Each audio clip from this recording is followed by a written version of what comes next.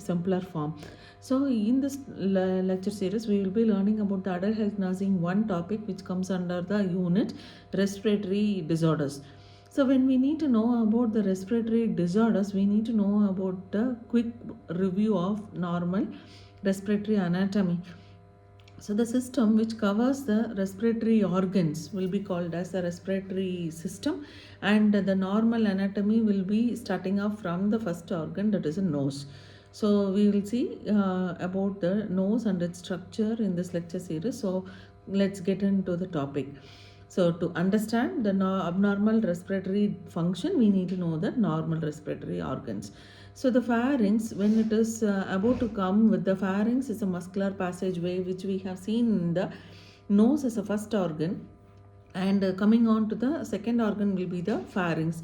So the pharynx, it is a muscular passageway about 13 centimeter or 5 inches long that vaguely resembles a long, short length of a red garden hose. So it is very similar to the water pipe. So the portions of pharynx, the air enters the superior portion of the nose and the nasopharynx, where it will be entering into the nasal cavity and describes through the oropharynx, the laryngopharynx, and enter into the larynx or the windpipe. So the pharynx, when you see the image given, it is a pharynx which will be starting off from the area posterior to the nasal cavity. So the nasal cavity starts from the nose, nostrils, and the nasal cavity will be until the posterior part of the hard palate.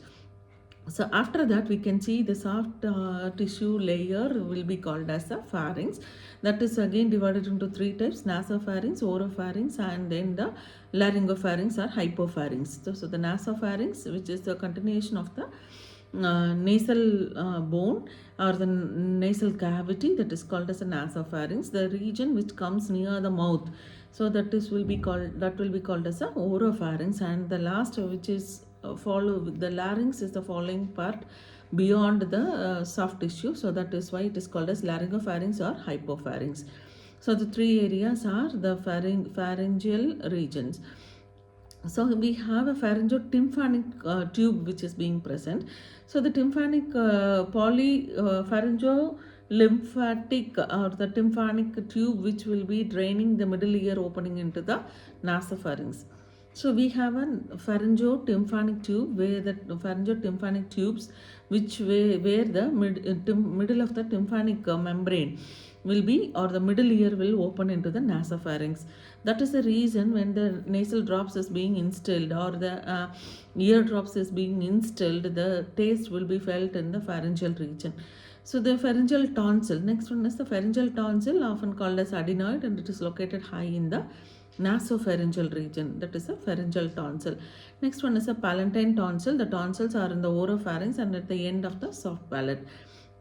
Coming on to the lingual tonsils, the lingual tonsil lies at the base of the tongue. As the name denotes, these three tonsils are present in the pharyngeal region. We have the pharynx. There are three areas: one nasopharynx, oropharynx, and the laryngopharynx. Here we have the nasotympanic tube and the pharyngeal tonsils. The one is pharyngeal tonsil. The second one is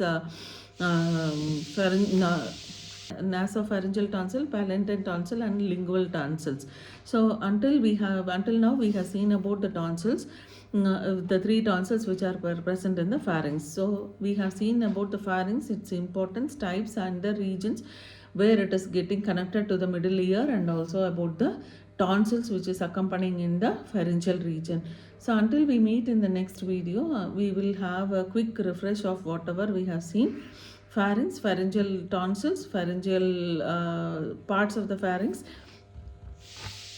So until we have seen about these pharynx and the normal anatomy and physiology, we need to know where we are going to apply this.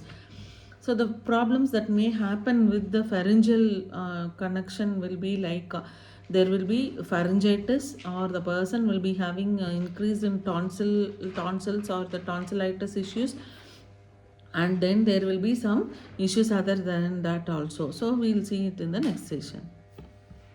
So far we have seen about the pharyngeal anatomy and physiology and how the system has been impacting on. In the following sessions, we will be learning more about the pharyngeal disorders and how that will be having an impact on the respiratory anatomy and physiology of a human being. Thank you.